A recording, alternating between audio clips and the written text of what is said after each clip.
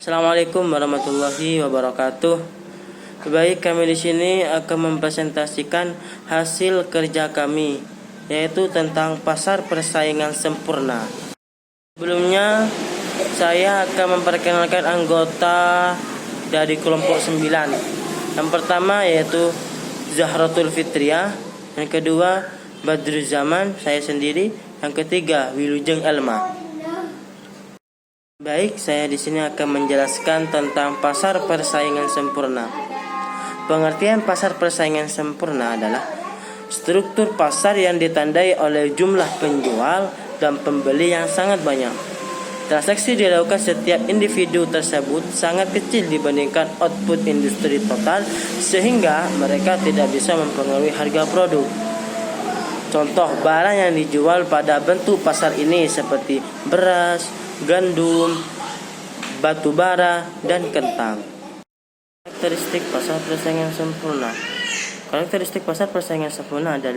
Yang pertama, homogenitas produk atau produk yang sama. Produk yang mampu memberikan kepuasan kepada konsumen tanpa perlu mengetahui siapa produsennya. Kedua, pengetahuan sempurna. Para pelaku ekonomi memiliki pengetahuan yang sempurna tentang harga produk dan input yang dijual. Ketiga, output sebuah perusahaan relatif kecil. Semua perusahaan dalam industri dianggap berproduksi efisien baik dalam jangka pendek maupun jangka panjang.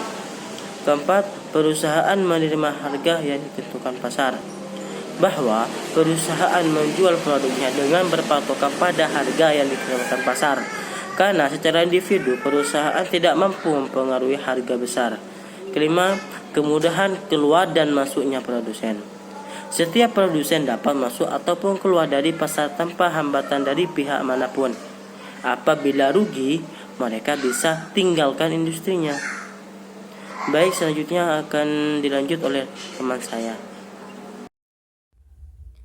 Permintaan, penerimaan, dan penawaran dalam pasar pesaing sempurna. 1. Permintaan. Tingkat harga dalam pasar pesaing sempurna ditentukan oleh permintaan dan penawaran. Perusahaan secara individu harus menerima harga tersebut sebagai harga jual. Karena jumlah output pasar besar, maka berapapun yang dijual perusahaan, harga relatif tidak berubah. Karena itu, kurva permintaan yang dihadapi perusahaan secara individu berbentuk garis lurus horizontal.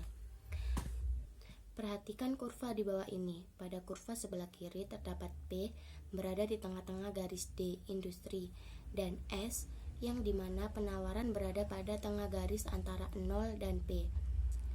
Huruf Q berada pada persilangan garis antara S dan D, industri.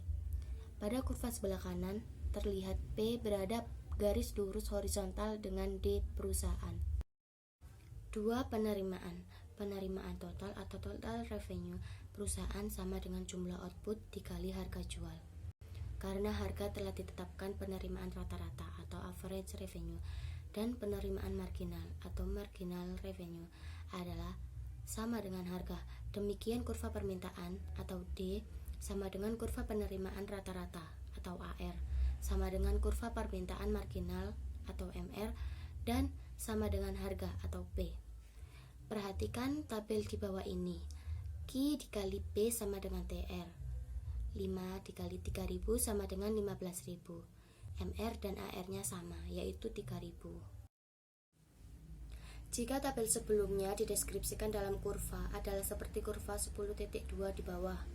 Pada kurva 10.2a di bawah, kurva penerimaan total berbentuk garis lurus dengan garis kemiringan positif, bergerak mulai dari titik 0,0 sampai ditunjukkan oleh diagram 10.2b. Perhatikan kurva di bawah ini, kurva penerimaan TR, AR, MR dalam pasar pesaing sempurna. Kurva 10.2a yang dimana P berbentuk garis lurus horizontal dengan D sama dengan AR sama dengan MR sama dengan P. Kurva sebelah kanan yaitu kurva 10.2b yang dimana 0 naik TR sama dengan P kali Q. Di dalam kondisi pasar pesaing sempurna, semua pihak merupakan price takers. Maksudnya, semua pihak harus mengikuti harga pasar. Tak peduli berapa banyak output yang dijualnya, ia harus menjualnya dengan harga sekian. Itulah sebabnya kurva AR-nya berbentuk horizontal.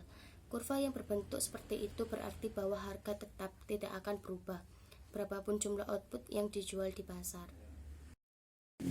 Kurva penawaran jangka pendek, yang dimana Q0 berada di P0, Q1 berada di P1, Q2 berada di P2, Q3 berada di P3, dan Q4 berada di P4.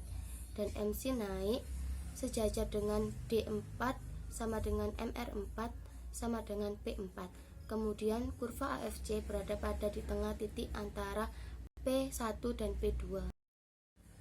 Kurva penawaran jangka panjang, yang dimana SMC, LMC, dan LAC berada di titik P1 dan Q1. Di titik P2 memiliki garis LAC. Kurva sebelah kanan mengalami peningkatan sehingga garis lebih panjang di D2. Dan S1, S2 memiliki arah panah turun serta P1 dan LS memiliki garis lurus horizontal. Kali ini saya akan menjelaskan tentang keseimbangan perusahaan dalam jangka pendek. Ada dua syarat yang harus dipenuhi agar perusahaan berada dalam keseimbangan. Yang pertama adalah perusahaan sebaiknya hanya berproduksi paling tidak bila biaya variabel adalah sama dengan persamaan total atau biaya variabel rata-rata sama dengan harga. Dalam kondisi ini, perusahaan hanya menanggung kerugian biaya tetap, di mana biaya ini dengan atau tanpa produksi tetap harus dikeluarkan. Tetapi jika AVC lebih kecil dari harga, maka perusahaan tidak mampu menutupi lagi beban biaya tetap, karena itu produksi sebaiknya dihentikan. Yang kedua yaitu perusahaan memproduksi pada saat MR sama dengan MC agar perusahaan memperoleh laba maksimum atau dalam kondisi buruk kerugian minimum. Pada kurva 10.4 menunjukkan bahwa kondisi MR sama dengan MC atau titik E tercapai pada saat output sejumlah Q1 karena biaya rata-rata lebih kecil dari harga, dan setiap unit output perusahaan memperoleh laba sebesar BE per unit. Jika output lebih kecil dari Q1, misalnya Q1 penerimaan marginal atau MR sama dengan P lebih besar dari biaya marginal atau MC, sehingga lebih menguntungkan bagi perusahaan menambah output. Bila output lebih besar dari Q1, MC sudah lebih besar dari MR, penambahan output akan mengurangi laba. Karena itu laba maksimum tercapai hanya bila MR sama dengan MC pada saat jumlah output adalah Q1. Di dalam jangka pendek, pemaksimuman keuntungan oleh suatu perusahaan dapat diterangkan dengan dua cara berikut. Karena biaya rata-rata atau AC lebih kecil dari harga atau P, untuk setiap output yang terjual diperoleh laba sebesar BE. Laba total yang diperoleh sama dengan Q1 dikali BE atau sama dengan luas bidang APEB. Laba ini disebut laba supernormal atau supernormal profit. Laba maksimum diperoleh pada saat tingkat output ketika kurva penerimaan total TR sejajar dengan kurva biaya total TC. Kesejajaran ini dapat dilihat dari garis singgung kurva. Ada dua kemungkinan yang dialami perusahaan, yaitu impas dan rugi. Kondisi impas terjadi apabila biaya rata-rata sama dengan harga, di mana laba per unit sama dengan 0, seperti digambarkan dalam kurva 10.5. Keadaan seperti ini dinamakan sebagai laba normal atau normal profit. Demikianlah laba masih akan senantiasa bertambah jika output juga bertambah selama penerimaan marginal atau MR masih lebih tinggi dari biaya marginal atau MC, serta laba maksimal akan dicapai pada saat penerimaan marginal sama dengan biaya marginal.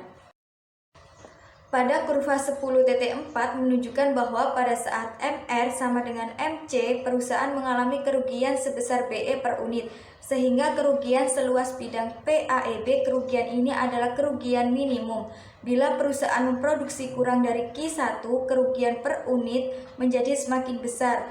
CD lebih besar dari BE. Demikian halnya kerugian total yang secara grafis terlihat dari luas PKDC lebih besar daripada luas PAEB. Bila output lebih besar dari Q1, kerugian per unit bisa menjadi lebih kecil, atau bila memproduksi Q2, atau lebih besar bila memproduksi Q3. Tetapi kerugian total lebih besar dibandingkan jika memproduksi sebanyak Q1.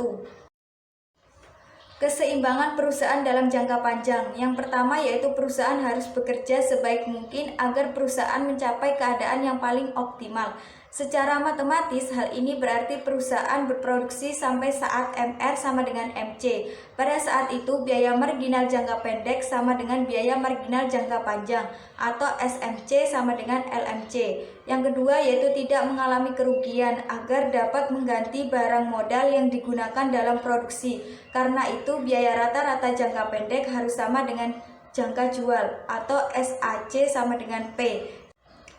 Yang ketiga yaitu tidak ada insentif bagi perusahaan untuk masuk keluar karena laba nol atau zero economic profit. Laba nol disebut juga laba normal atau normal profit, yaitu tingkat laba yang memberikan laba tingkat pengembalian yang sama.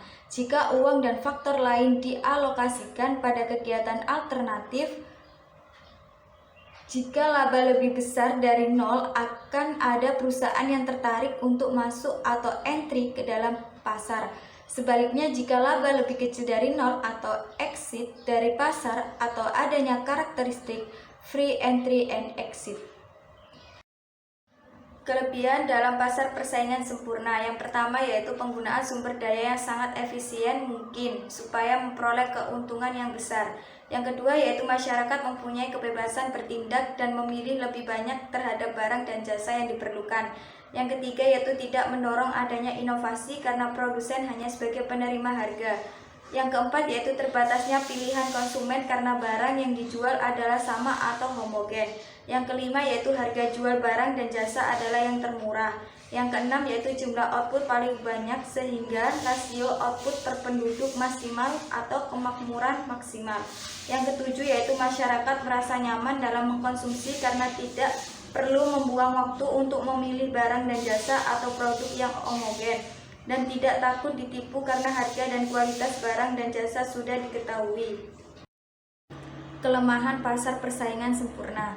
Yang pertama yaitu kelemahan dalam asumsi, yang kedua yaitu kelemahan dalam mengembangkan teknologi, yang ketiga yaitu konflik efisiensi keadilan, yang keempat tidak mendorong inovasi, yang kelima membatasi pilihan konsumen, dan yang terakhir yaitu distribusi pendapatan tidak merata. Cukup sekian presentasi yang kami sampaikan, kurang lebihnya mohon maaf sebesar-besarnya.